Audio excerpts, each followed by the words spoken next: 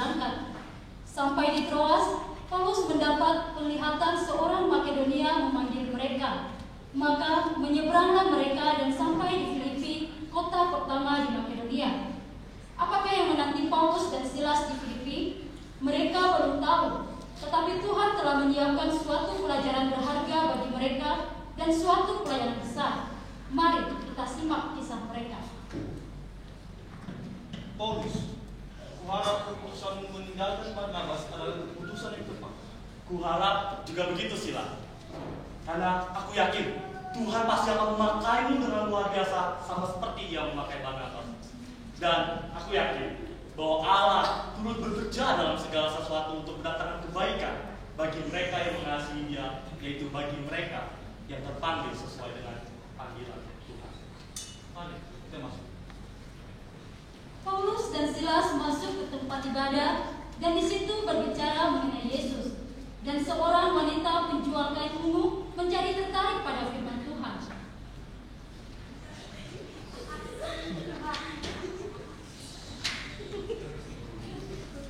Tuan, aku sangat tertarik pada apa yang Tuhan katakan. Apakah benar saya dapat masuk surga hanya dengan percaya kepada Kristus yaitu Yesus? Betul. Jika engkau percaya dengan segenap hati kepada Tuhan Yesus Kristus, maka engkau akan selamat. Oh, puji Tuhan. Aku mau. Lydia, berikan dirimu sebagai tanda pertobatanmu. Paulus dan Silas kemudian pergi ke pasar untuk memberitakan Injil. Mereka melihat penduduk kota Filipi yang terobsesi dengan menghasilkan uang. Bahkan sampai ada yang menggunakan roh jahat untuk mencari uang. Ya, betul. Roh tenung itu bahkan menghasilkan penghasilan yang tidak sedikit bagi para tuannya.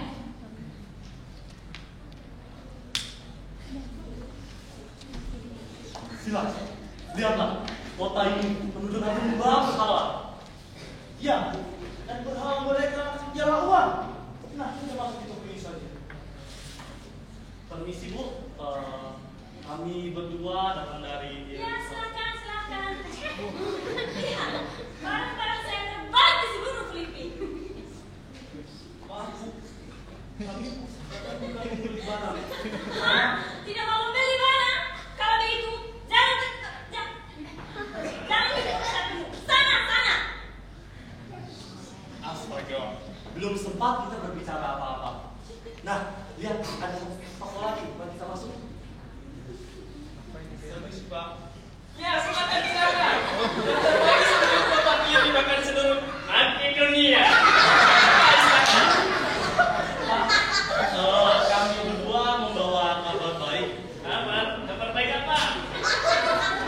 Walaupun kita semua di sini adalah orang berdosa dan kita semua patut dihukum, tetapi dosa kita telah diselesaikan. Yesus yang adalah Allah telah turun ke bumi ini, mati menggantikan kita, dan kini Ia telah bangkit. Tentang dosa, tentang mati itu bukan kabar baik namanya. Sudah, aku nggak punya waktu.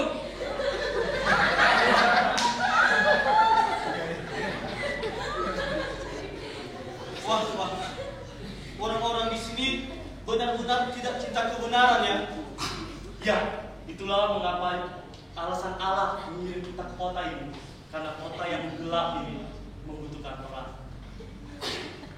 Sementara Paulus dan Silas mencoba terus untuk mengabarkan Injil, ada seorang wanita dengan roh tenung yang mengikuti mereka.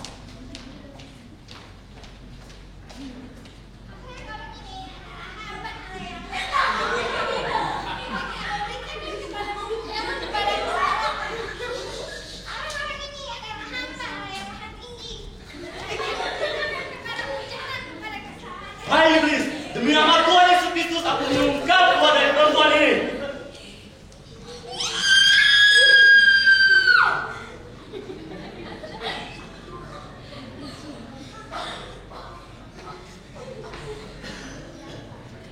Di mana aku? Sedang apa aku di sini? Aku bebas. Aku terlepas. Kuasa Yesus telah melepaskan engkau dari setan yang menguasai hatimu. Kalian Kaliankah yang sudah membawaku? Kalian yang sudah mengusir setan itu dari diriku? Betul, tetapi bukan kami, melainkan Yesus. Dan jika engkau mau menerima Yesus ke dalam hatimu, maka tidak akan ada lagi roh jahat yang akan memasuki hatimu. Aku mau. Paulus dan Silas merasa lega karena mereka tidak lagi diganggu oleh roh jahat itu. Namun kini, semua orang melihat mereka dengan ketakutan seolah mereka adalah monster. Dan kini, datanglah tuan-tuan dari wanita yang tadinya memiliki roh jahat itu.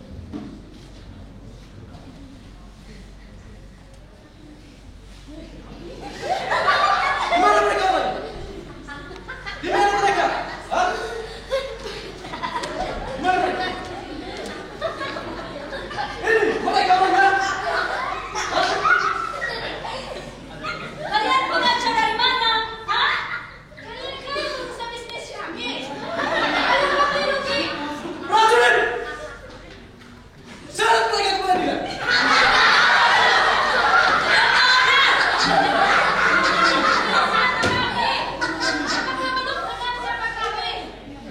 Sambil menyeret kedua rasul itu ke pengadilan kota, bersama London itu menghasutnya. Yang dimuliakan, kami baru saja menahan 2 orang Yahudi yang datang ke kota kita yang makmur ini dengan tujuan membuat kekacauan.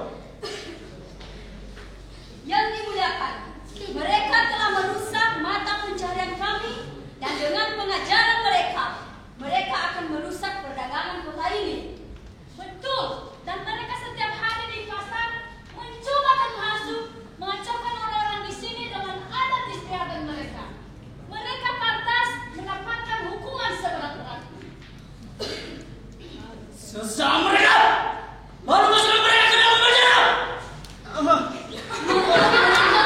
Paulus dan Silas tanpa memberikan kesempatan bagi mereka untuk berbicara. Dan sesudah itu, mereka dimasukkan ke dalam sel penjara yang paling dalam. Kaki dan tangan mereka dipasung dan ada pasukan yang berjaga-jaga di luar.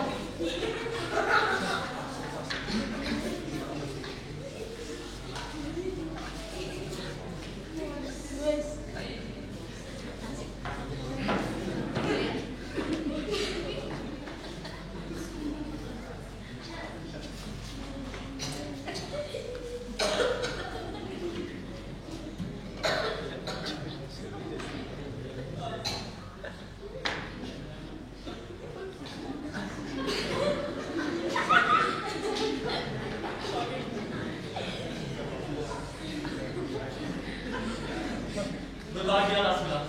Berbahagialah, sebab Tuhan beserta kita.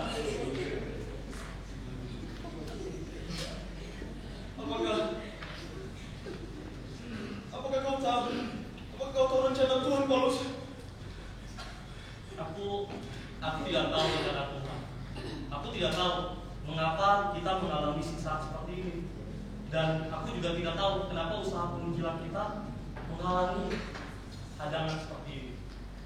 Tapi satu hal yang yakin, bahwa Allah turut bekerja dalam segala sesuatu untuk mendatangkan kebaikan bagi mereka yang terpanggil sesuai dengan rencana. Berarti Tuhan punya rencana dalam mengizinkan kita mengalami penderitaan ini. Nah, pasti kau tidak menyangka, bukan? Dalam usaha penginjilan pertama ini, kau akan mengalami siksa seperti ini. Tentu saja tidak. Ini mengingatkanku pada lagu itu.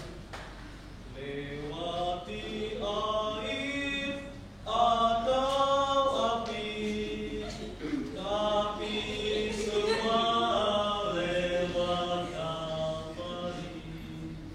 Lewat cobaan alami aduh, di malam hari dan setiap waktu.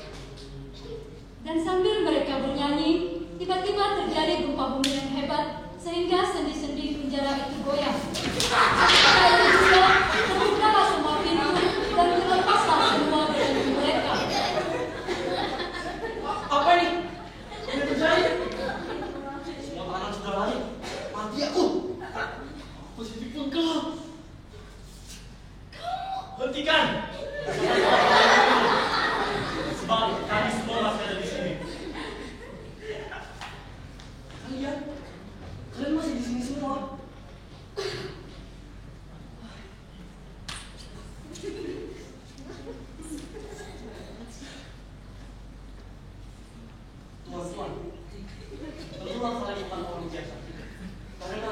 Tuhan yang kalian sembah sungguh-sungguh telah menyelamatkan kalian dari penjara ini.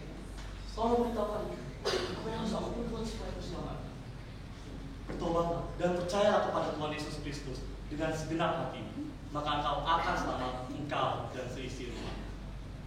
Allah memang turut bekerja dalam segala sesuatu, bahkan dalam pemenjaraan Paulus dan Silas. Dan ketika Allah bekerja, maka itu pasti adalah untuk kebaikan